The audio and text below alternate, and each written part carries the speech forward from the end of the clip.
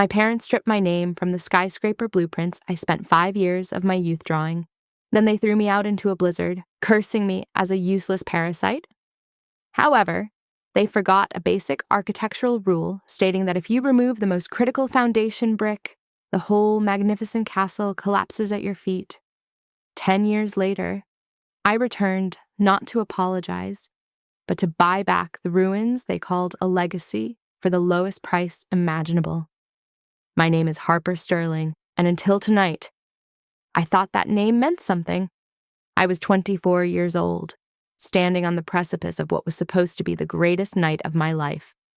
The Sterling Mansion in Chicago was alive with the hum of the holiday season. Massive crystal chandeliers cast a golden glow over the room, illuminating the faces of the city's architectural elite. They sipped vintage champagne and nibbled on caviar, oblivious to the storm raging outside the thick glass windows. I stood near the podium, my heart hammering against my ribs. Tonight was the unveiling of the Millennium Tower, a project that was set to redefine the Chicago skyline. It was my design. Every curve, every load-bearing calculation, every sustainable material choice was mine. I had spent the last 5 years living and breathing that building, hiding in the shadows while my parents took the credit for previous works. But tonight, I foolishly believed, would be different.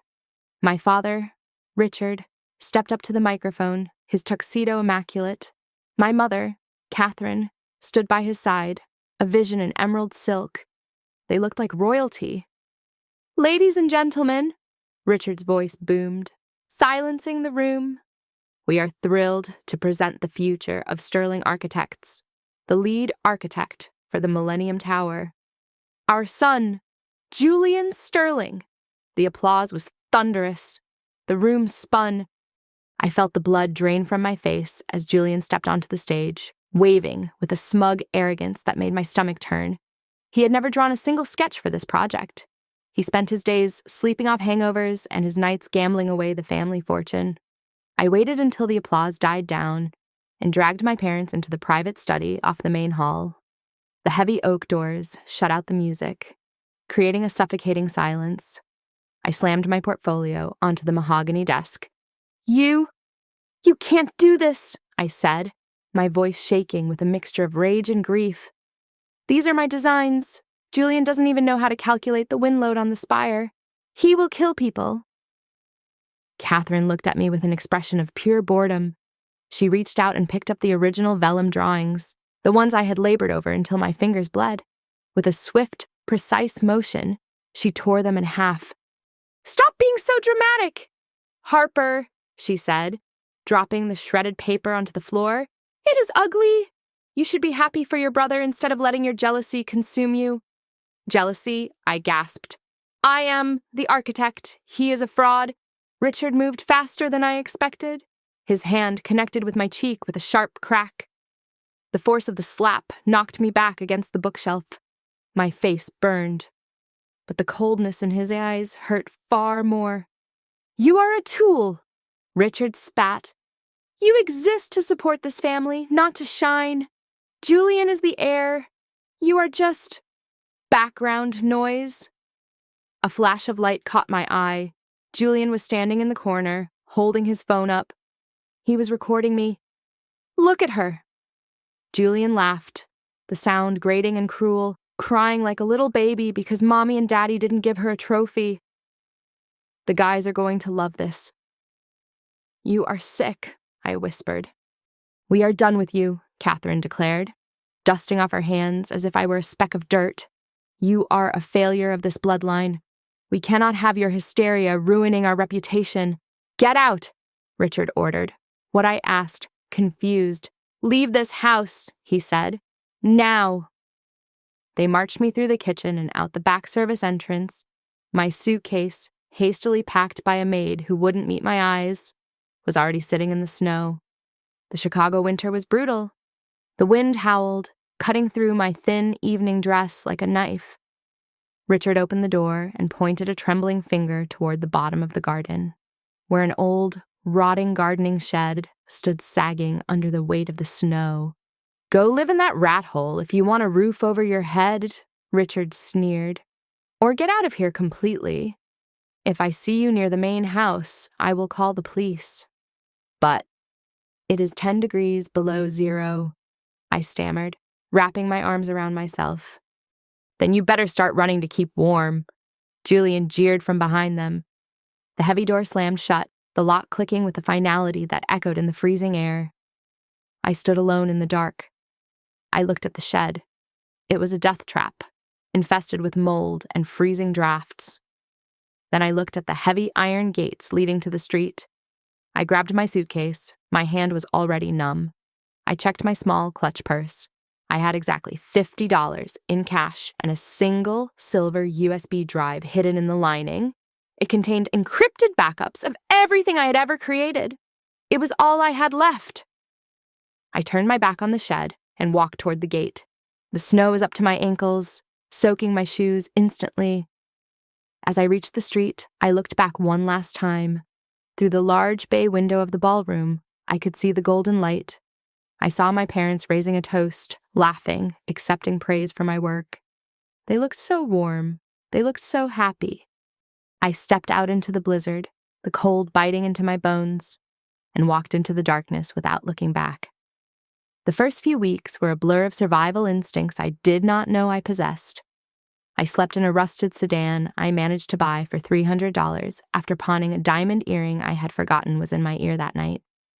It was the only piece of jewelry I had left. The car smelled of stale tobacco and mildew, and the heater was broken.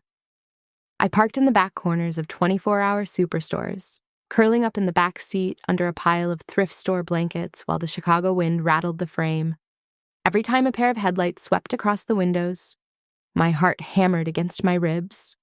I was terrified the police would knock on the glass and see Harper Sterling, the heiress, reduced to a homeless vagrant. Hunger became a constant, dull ache in my stomach, a physical reminder of how quickly the mighty could fall. I needed to disappear. I walked into a government office and legally changed my name. Harper Sterling was dead, frozen in the snow outside that iron gate. I became Harper Vance. The name felt sharp and practical, like a tool I could use to carve out a new life. With my new identity, I took the first job that would hire me without asking questions. It was a dishwasher position at a roadside diner called the Greasy Spoon. The pay was $8 an hour under the table. My hands, which had once held expensive drafting pens and smoothed out architectural blueprints, were now constantly submerged in scalding, soapy water, scrubbing grease off cheap ceramic plates. With my first month of wages, I moved out of the car and into a basement apartment in a crumbling building on the south side. The rent was $400 a month. It was a damp, windowless box where black mold crept up the corners of the walls like a disease. The ceiling pipes clanked and groaned all night, dripping rusty water into a bucket I kept by the bed. It was a far cry from the silk sheets and climate-controlled rooms of the Sterling mansion, but it was mine. My body was exhausted from 10 hours of manual labor every day, but my mind refused to shut down. Architecture was not just a career for me, it was an obsession. At night, sitting on a milk crate I used as a chair, I would sketch on the backs of discarded diner menus or napkins I brought home. I drew soaring arches and sustainable housing complexes. Using a cheap ballpoint pen to keep my skills sharp, I designed palaces in the air while inhaling the scent of damp concrete. One Tuesday afternoon, a group of men in dusty work boots and high-visibility vests came into the diner for lunch. They were from a local construction firm. They pushed 2 tables together, spreading out a large set of blueprints amidst their burgers and fries. I watched them from the kitchen porthole. They were arguing about a structural issue on a commercial renovation. When they left, they carelessly left one of the rolled-up sheets behind on the table. I went out to bust the table. I intended to just throw it in the lost and found, but my eyes caught the structural grid. I stopped. I traced the lines with my finger, my breath catching in my throat. They had miscalculated the load-bearing capacity of the main truss. If they poured the concrete as designed, the scaffolding would collapse under the wet weight. People would die! I looked around. The diner was empty. I pulled a red marker from my apron pocket. It was a reckless move, one that could get me fired, but I could not walk away. I quickly sketched the necessary correction. adding a cross-bracing support and a note about the steel tensile strength. I wrote, "You are missing a 0 in your load calculation. Fix this, or it drops." I left the paper on the counter and retreated to the steam and noise of the dish pit. 2 hours later, the bell above the door chimed. I looked up to see a man in his 50s, with graying hair and a worried expression, storming in. He was holding the blueprint. He spoke to the manager, who pointed a shaking finger toward the kitchen. The man marched through the swinging doors, ignoring the employees only sign. "Did you draw this?" he asked, holding the paper up. His voice was gruff. I wiped my wet hands on my apron, my heart racing. I did. Look, I am sorry. I just saw the mistake and sorry," he interrupted, his eyes widening as he looked from the complex engineering correction to my dirty uniform. "You just saved my company $2 million and a lawsuit. Who taught you to calculate stress loads like this?" I taught myself. I lied, keeping my face neutral. He extended a hand, which was rough and calloused. "I am Marcus. I run a small design build firm down the street. We are drowning in work, and my lead drafter is an idiot. I cannot pay you much. Maybe $12 an hour to start, but it beats scrubbing plates." I looked at his hand, then at the sink full of dirty water. This was the crack in the door I had been waiting for. "I am Harper Vance," I said, shaking his hand firmly, "and I can start immediately." That afternoon, I hung up my apron. I walked out of the diner and into the passenger seat of Marcus's truck. I was starting from the absolute bottom, a lowly intern in a dusty office. But for the first time in months, the cold did not feel so biting. I had a pencil in my hand again. 5 years turned me into a ghost, and I discovered that being invisible was the most powerful position in the world. While the city slept, I redesigned its skyline from a nondescript office in the industrial district. I had become the secret weapon for developers who wanted bold, functional designs without the ego of a starchitect. They paid in cash and silence. With that capital, I launched Vanguard Design. It was a sleek, modern firm on paper, but in reality, it was a fortress built to besiege the Sterling Empire. I hired a man named Elias to be the face of the company. Elias was charming, handsome, and could sell sand in a desert, but he could not draw a straight line to save his life. That was fine. I did the work. He shook the hands. While Vanguard Design soared, snagging contracts for high-profile urban renewal projects, the Sterling legacy was beginning to rust. I tracked every move my family made. The Millennium Tower, the project that was supposed to launch Julian's career, was a disaster.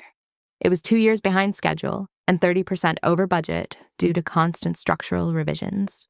Julian did not understand the materials he was specifying. He was trying to build a monument to his ego using glass that could not withstand the Chicago wind shear. I began to move pieces on the board. When a minor partner in Sterling Architects panicked over the falling stock price, I was there, operating through a maze of shell corporations. I bought his 3% stake, then I bought another 2% from a retiring board member. I was slowly eating away at the ground beneath their feet, and they did not even feel the vibrations.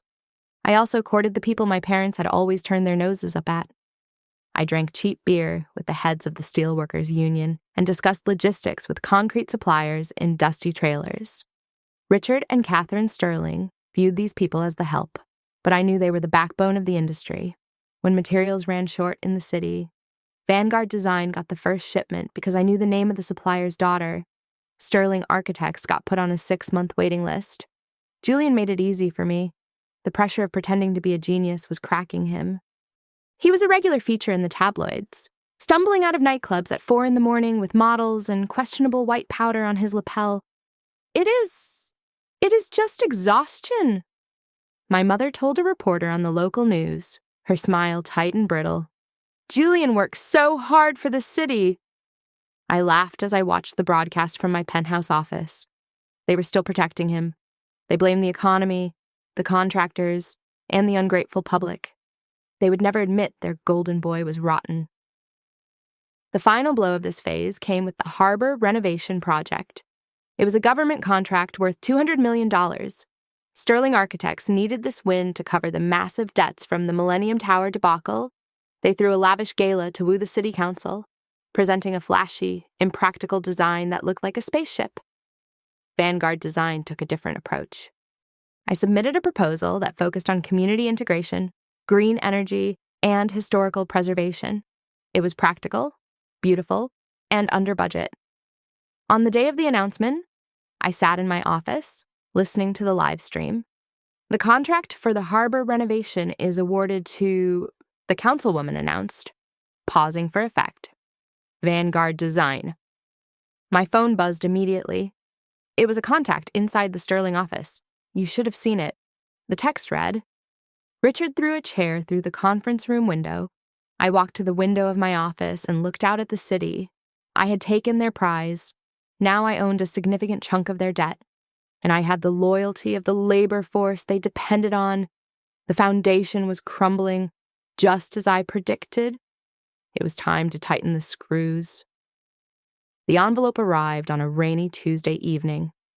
It was from a man named Arthur, a former junior accountant at Sterling Architects who had been unceremoniously fired 3 months prior for asking too many questions.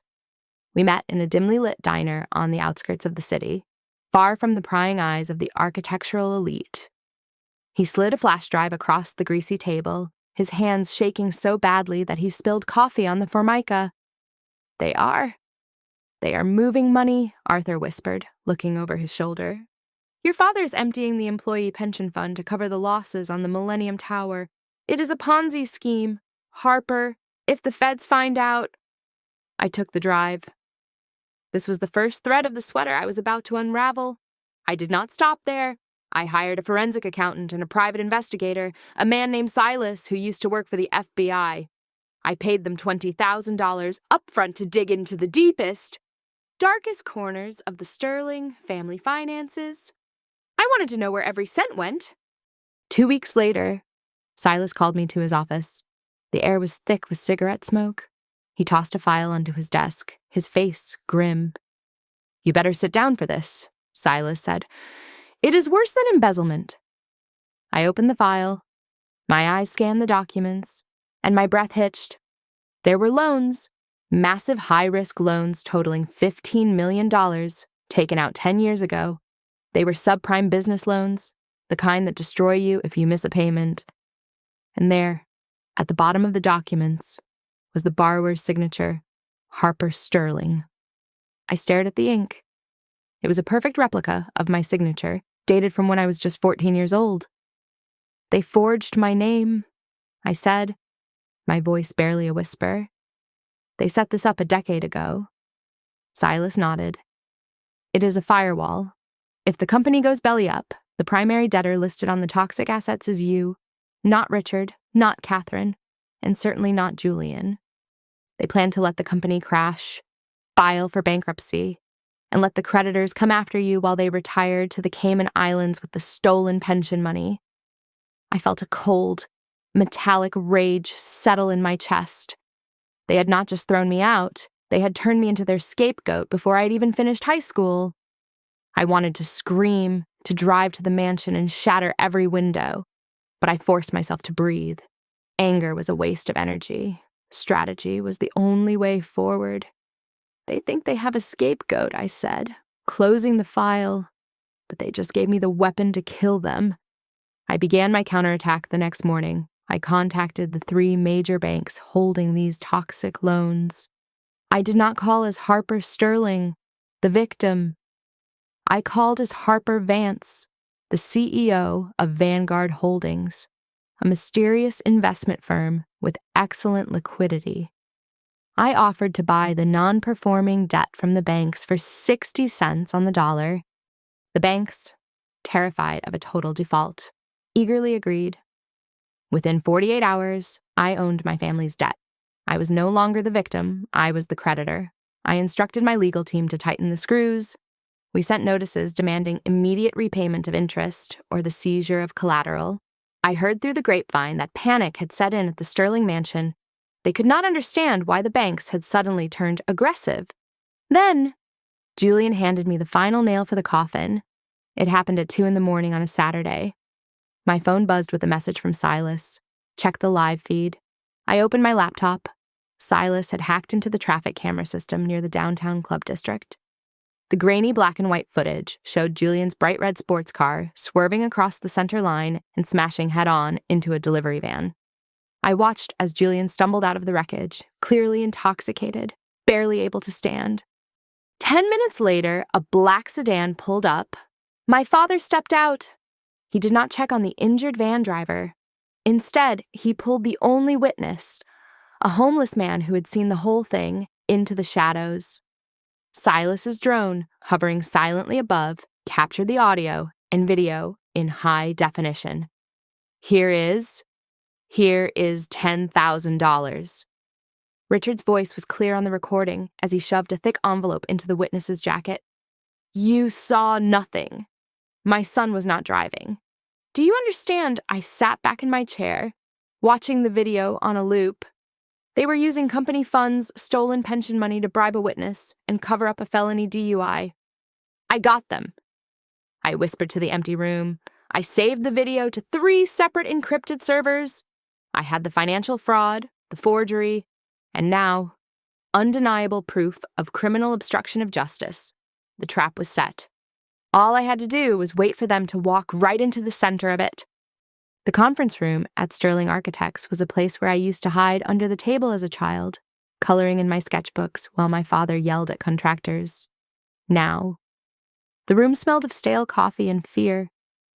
The air conditioning was humming too loudly, failing to mask the tension radiating from the 3 people sitting on the far side of the long mahogany table.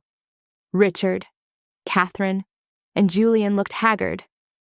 They were waiting for a representative from Vanguard Holdings, the faceless entity that had aggressively bought up their debt over the last week. They expected a gray-haired banker in a cheap suit. The double doors swung open. I did not walk in. I glided. I was wearing a white bespoke suit that cost more than the annual salary of their head engineer, my hair cut in a sharp, asymmetrical bob that framed a face devoid of warmth. 2 large men in dark suits, my personal security detail, flanked me. I stopped at the head of the table and placed a thin leather folder on the polished wood. Good morning, I said, my voice smooth and level. For a moment, there was only silence. Then, recognition dawned in Catherine's eyes. She gasped, her hand flying to her mouth. Richard stood up so fast his chair toppled backward with a loud crash. Harper! Richard stammered, his face draining of color. What? What are you doing here? We are waiting for the representatives from Vanguard. I am Vanguard, I replied, taking the seat at the head of the table. Or rather, I own the holding company that now owns 80% of your debt. Please, sit down. This is a joke. Julian spat, his eyes bloodshot and unfocused. He looked like a wreck, sweating through his shirt. You are a dishwasher. You live in a shed. That was 5 years ago. Julian, I said, opening the folder. A lot changes in 5 years. For instance, your company is no longer solvent, and I am the one holding the leash. Richard tried to compose himself. He adjusted his tie, forcing a smile that looked more like a grimace. He leaned forward, attempting to summon the paternal authority he had abdicated the night he threw me into the snow. Harper, darling, he began, his voice dripping with false syrup. This is a misunderstanding. We have been worried sick about you. The prodigal daughter returns. We can fix this. We are family. You need to help us, not fight us. I looked at him, feeling absolutely nothing. The fear I used to feel in his presence was gone, replaced by the cold clarity of a contract. I am not your daughter today. Mr. Sterling, I said, cutting him off. I am your creditor, and based on the financial reports I have reviewed, you are failing. You have misappropriated funds. You are defaulting on 3 major loans. You ungrateful little... Julian screamed. He snapped. Before anyone could react, Julian lunged across the table, grabbing a heavy glass water pitcher to swing at me. He was slow, clumsy from years of substance abuse. My bodyguard on the right moved with terrifying speed. He caught Julian's wrist in midair and twisted it behind his back, slamming his face down onto the mahogany table. Julian howled in pain. "Remove him if he moves again," I ordered, not even flinching. I turned back to my parents, who were staring in horror at their golden boy pinned to the table like an insect. "Here are the terms," I said, sliding a document toward them. "You owe Vanguard Holdings $50 million. The loans have been called in, due to breach of contract regarding the collateral. You have exactly 30 days to pay the full amount." $50 million, Catherine shrieked, her composure shattering. "We do not have that kind of liquid cash. You know that you are trying to destroy us." "If you cannot pay," I continued, ignoring her outburst, "then under the terms of the loan agreement, I will seize all assets used as collateral. That includes the Sterling Architects Building, the intellectual property, and the Sterling family estate." Richard slumped into his chair, looking suddenly old and frail. The bluster was gone. He looked from the document to me, his eyes filling with tears. "Harper, please," he begged, his voice trembling. "You cannot take the house. It has been in the family for 4 generations. Your mother, she cannot handle this. We made mistakes, yes, but we did it for the family. For you." For me, I laughed, a short, humorless sound. "You forged my signature on toxic loans so I would go to prison for your bankruptcy. Do not talk to me about family." "We were desperate," Catherine sobbed, reaching across the table to try and touch my hand. I pulled back as if she were contagious. "Please, Harper, just give us more time. 6 months. We can turn it around." I stood up, signaling the end of the meeting. My bodyguards released Julian, who slumped into his chair, rubbing his wrist and glaring at me with pure hatred. "You have 30 days, I said, turning toward the door. "I suggest you start packing." They did not go down quietly. I expected rage, but I underestimated their capacity for public deceit. 2 days after my ultimatum, the headlines hit the newsstands. "Prodigal daughter returns to loot family empire." One read, another screamed, "Vanguard CEO accused of corporate espionage." My parents went on every morning talk show that would have them, weeping crocodile tears and painting me as a vindictive thief who had stolen their proprietary designs to build my own fortune. They claimed I had not designed the Millennium Tower, but had stolen the blueprints from Julian's private archives before running away. They hired a lawyer known for his lack of ethics, a man who filed a lawsuit claiming intellectual property theft dating back 10 years. He demanded $100 million in damages and an immediate injunction against Vanguard Design. It was a bold, desperate move intended to freeze my assets and force a settlement. I let them talk for exactly 48 hours. I let them dig their hole deep and wide. Then, I called a press conference of my own. I did not cry. I did not shout. I simply projected the contents of the silver USB drive I had carried out of the snow that night onto a massive screen behind me. These are the digital metadata logs for the original Millennium Tower sketches. I explained to the silent room of reporters. As you can see, the files were created and modified on a laptop registered to Harper Sterling, starting when I was 19 years old. The timestamps show I was working on these drafts at 3 a.m. on dates when social media confirms my brother, Julian Sterling, was vacationing in Ibiza or recovering in private clinics. I then displayed the scanned pages of my old sketchbooks, complete with my handwritten notes and the date stamps from the cloud backup I had synchronized years ago. The court of public opinion shifted instantly.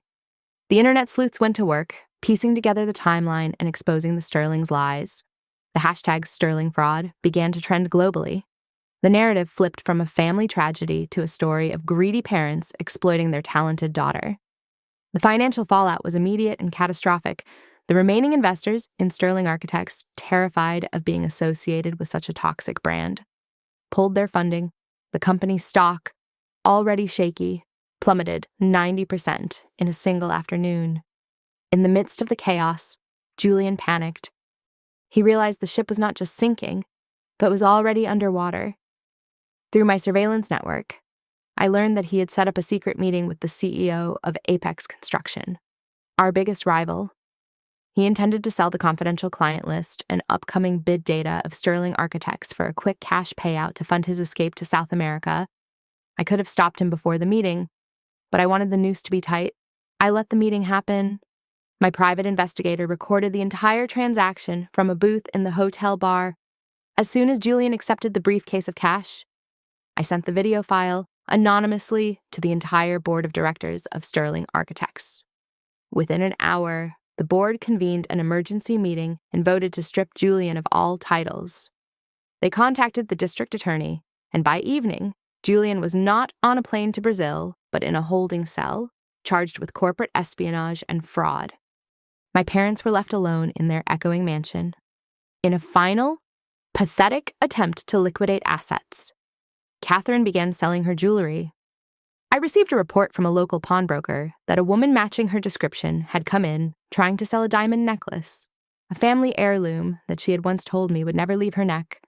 She sold it for a fraction of its value, pennies on the dollar, just to keep the lights on for another week. They were throwing furniture into the fire to keep the engine running, but they were going nowhere. The 30-day deadline was ticking down, and they had nothing left to bargain with. The 29th day arrived with the heavy inevitability of a guillotine blade.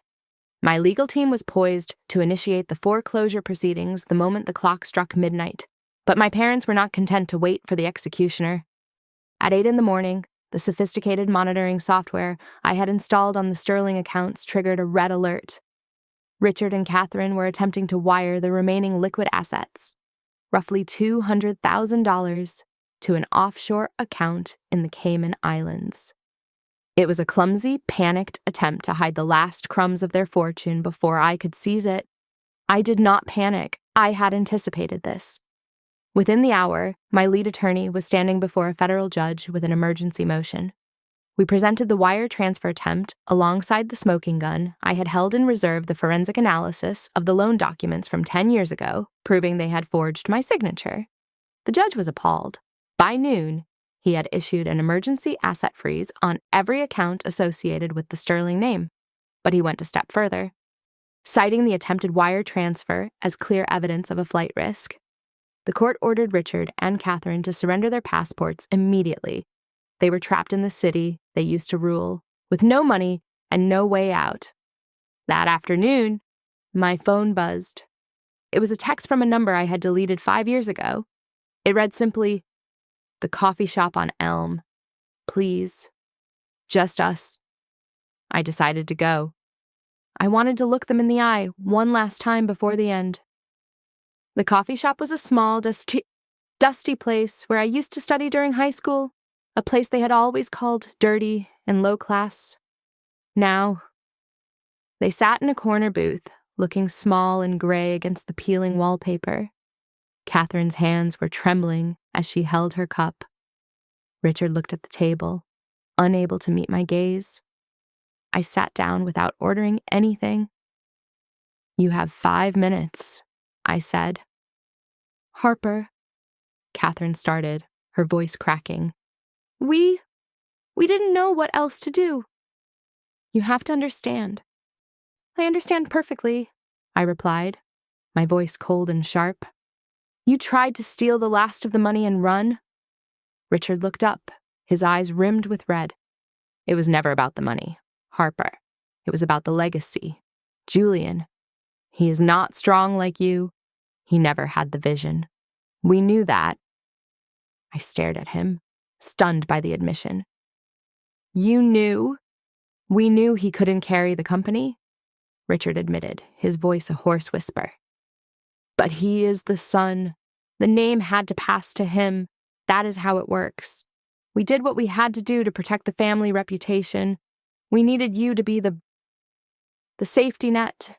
If things went wrong, we thought you could handle the fall better than him. So you decided to sacrifice me," I said, feeling a fresh wave of disgust. "You destroyed my life, stole my work, and framed me for debt just to prop up a facade. It was for the greater good, Catherine insisted, reaching for my hand but stopping when she saw the look in my eyes. We are family. Harper, you should have been willing to help us carry this burden. You are strong. Julian is fragile.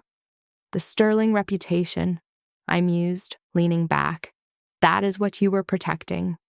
Yes, Richard said eagerly. And we can still save it. If you drop the lawsuit, if you help us pay off the debts. I laughed, a dry sound that made them flinch. You still do not get it. The reputation you are so obsessed with. It died the night you threw my suitcase into the snow. There is no legacy left to save. There is only debt and prison time. I stood up. The air in the coffee shop felt stale and suffocating. I reached into my bag and pulled out 2 items. First, a $20 bill, which I dropped onto the table to cover their coffees. Second, a thick, white envelope. I am not here to save you, I said. I am here to finish this. I tossed the envelope onto the table between them. That is a subpoena. You are being indicted for fraud and forgery. I will see you in court. I turned and walked out the door, the bell chiming cheerfully above my head, leaving them sitting in the silence of their own making. The trial was a spectacle that the Chicago media devoured with ravenous hunger. The courthouse steps were besieged by reporters and camera crews, their lights flashing like a chaotic strobe effect as I walked up the stairs.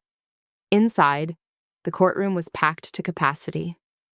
My parents sat at the defense table, dressed in modest, somber colors, looking like confused elderly victims rather than the architects of a massive financial fraud. Their lawyer, a man named Blackwood, attacked my character with theatrical precision. He painted a picture of me as a bitter, estranged daughter who had returned only to kick her family while they were down. Harper Vance is not a creditor, he bellowed, pointing an accusatory finger at me. She is a vindictive child who is using her newfound wealth to settle a petty grudge against the loving parents who raised her. This lawsuit is nothing more than a temper tantrum worth $50 million. I sat stone-faced, letting his words wash over me. I knew what was coming next. My lawyer, a sharp-eyed woman named Elena, stood up when it was her turn. We would like to submit one final piece of evidence into the record, Elena announced, her voice calm and authoritative. Defense Exhibit G. A video recording dated 10 years ago, provided to us by a former associate of Julian Sterling in exchange for leniency in an unrelated narcotics case. My parents exchanged confused glances. Julian, sitting behind them, went pale. He knew exactly who that associate was. The large screens in the courtroom flickered to life. The video was shaky, shot from a vertical phone angle. It showed a younger, terrified version of me standing in the center of the Sterling Library. The audio was crisp, capturing every cruel word. You are a failure of this bloodline. My father's voice rang out from the speakers, distorted but unmistakable. Go live in that rat hole, or get out of here, completely. The camera panned to my mother, who was tearing up drawings. Then it jerked as the person filming Julian laughed. Look at her, crying like a little baby. The video ended with the sound of the heavy front door slamming shut, leaving the camera focused on my small figure walking into the blinding white snowstorm. The silence that followed was absolute. The jury looked from the screen to the defendants with open disgust. The facade of the loving, victimized parents had been shattered in 60 seconds. My mother covered her face with her hands, while Richard stared at the table, unable to look up. The judge, a stern woman who had little patience for theatrics, cleared her throat. She looked at the defense table with eyes that were as cold as the winter night in the video. I have seen enough, the judge declared. The evidence of the forged signature on the loan documents is irrefutable, and the character of the defendants has been made quite clear. The court finds in favor of the plaintiff, Harper Vance. She banged her gavel, the sound echoing like a gunshot. The debts are valid, the judge continued. As the defendants have failed to pay within the contractually stipulated 30 days, I am granting the motion for immediate seizure of assets, the Sterling estate, the company headquarters, and all intellectual property are hereby transferred to the ownership of Vanguard Holdings to satisfy the debt. Suddenly, Richard gasped. He clutched his chest with both hands and slumped forward onto the defense table, knocking over a pitcher of water. "My heart!" he groaned loudly. I cannot breathe. Help me." The courtroom erupted into chaos. A bailiff rushed over, but the court-appointed medical officer was already there. He checked Richard's pulse and lifted his eyelid, shining a penlight into his pupil. The doctor stood up after 10 seconds, looking unimpressed. "His pulse is normal," the doctor announced to the room. "He is hyperventilating on purpose. There is no heart attack." The judge narrowed her eyes. "Mr. Sterling, sit up. You will not delay these proceedings with bad acting." Richard slowly straightened up, his face flushed with humiliation as the gallery snickered. The final blow landed on Julian. Because he had cooperated in the final stages by accidentally providing evidence through his incompetence, and because the fraud was primarily orchestrated by our parents. He escaped a long prison sentence. Julian Sterling. The judge read, "You are sentenced to 3 years of probation and 500 hours of community service. You will report to the city sanitation department on Monday to begin your service." I watched Julian sink into his chair. He would be sweeping the very streets he used to look down upon from his penthouse. Justice had been served, not with a scream, but with the bang of a gavel. The eviction notice was executed at 10 o'clock in the morning under a sky the color of bruised slate. I arrived at the Sterling estate in a black sedan, flanked not by family, but by the county sheriff and a team of impassive lawyers. The iron gates, which had once been slammed shut to keep me out, now swung open at my command. Inside the grand foyer, the scene was a grotesque mirror image of my departure 10 years ago. Richard and Catherine were not being thrown out into the snow, but the humiliation was far more public. They were frantically stuffing their personal belongings into cheap cardboard boxes. The expensive art and antique furniture had already been tagged by the bank's liquidators. They were only allowed to take clothing and personal toiletries. When I stepped through the front door, the sound of packing tape ripping echoed like a scream. Catherine looked up, her face blotchy from crying. Upon seeing me, her grief instantly curdled into rage. You viper!" she shrieked, hurling a folded sweater at my feet. "How dare you walk in here? This is our home." "You are nothing but a thief. I am the owner," I corrected her softly. "And you are trespassing." Richard, who had been trying to shove a silver picture frame into his coat pocket, turned on me. "We are not going anywhere. I built this family.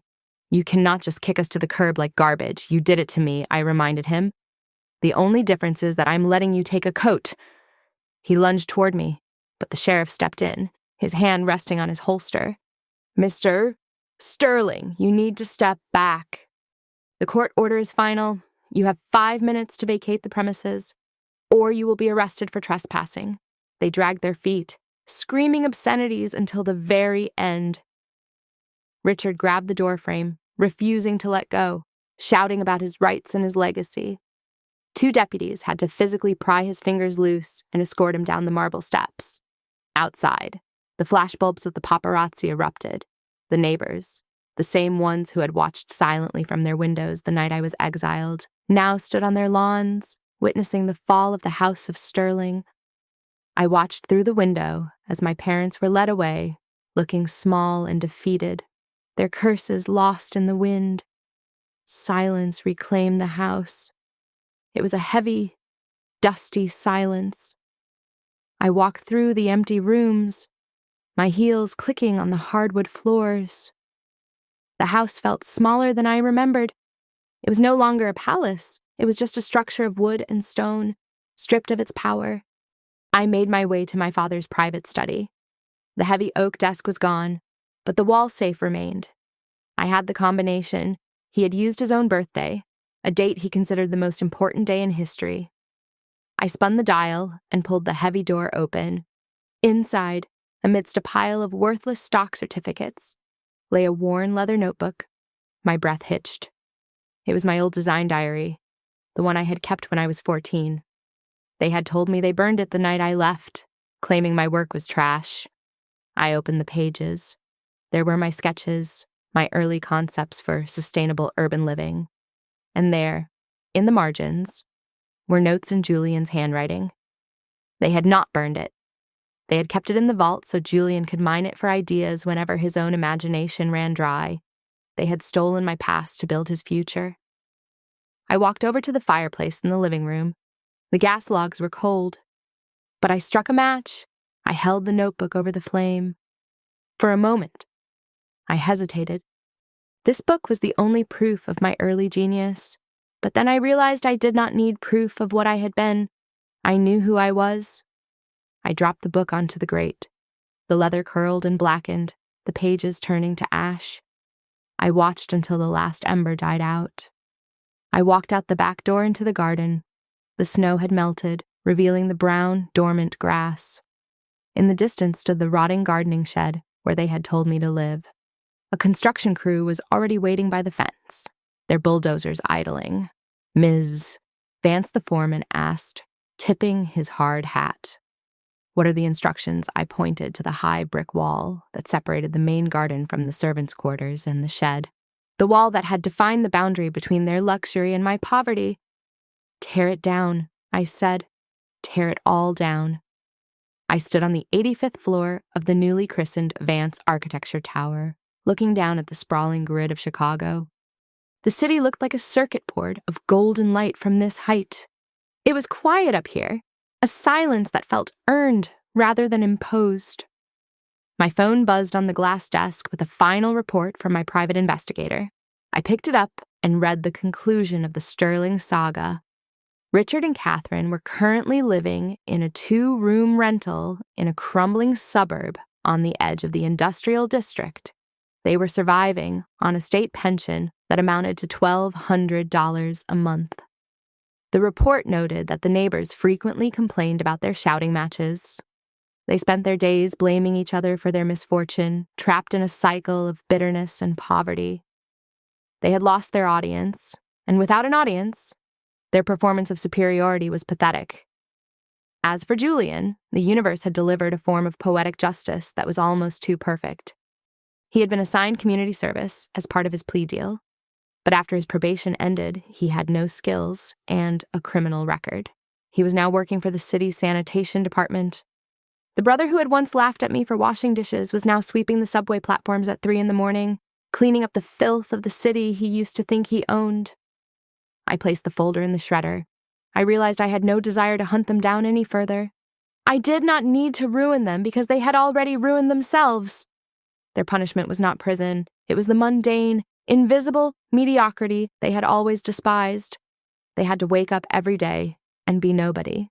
And that was a torture far worse than anything I could inflict. I left the office and drove to the old estate. The iron gates were open. The landscaping crew had just finished removing the last of the high hedges that used to hide the house from the street. I had signed the paperwork earlier that morning. The mansion was no longer a private residence.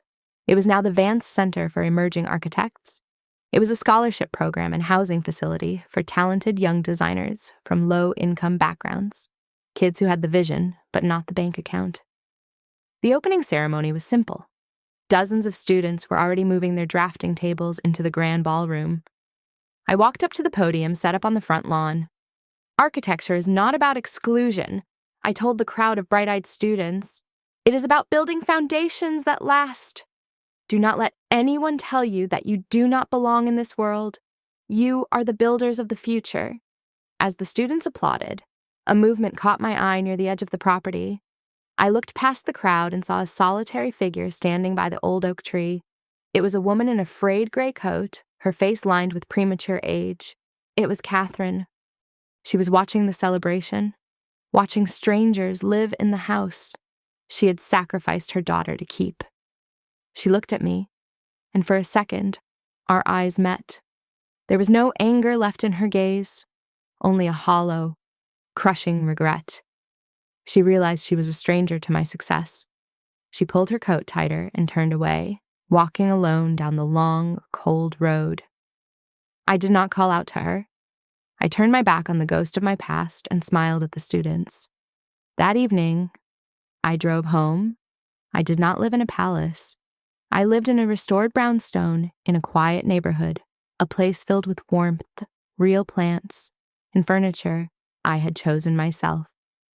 I walked into my living room and picked up a small frame. It contained the very first sketch I had ever done, the one I had saved from the fire. I hung it on the wall above my desk. I stepped back and looked at the drawing. I took a deep breath, filling my lungs with the air of absolute freedom. I am not a useless failure, I whispered to the quiet room. I am the architect of my own life. Thank you so much for listening to my story. I would love to know where you are tuning in from, so please leave a comment below to share your thoughts and connect with our community. If you enjoyed this journey, please subscribe to the Mira Revenge Stories channel, like this video, and hit that hype button to help this story reach even more people.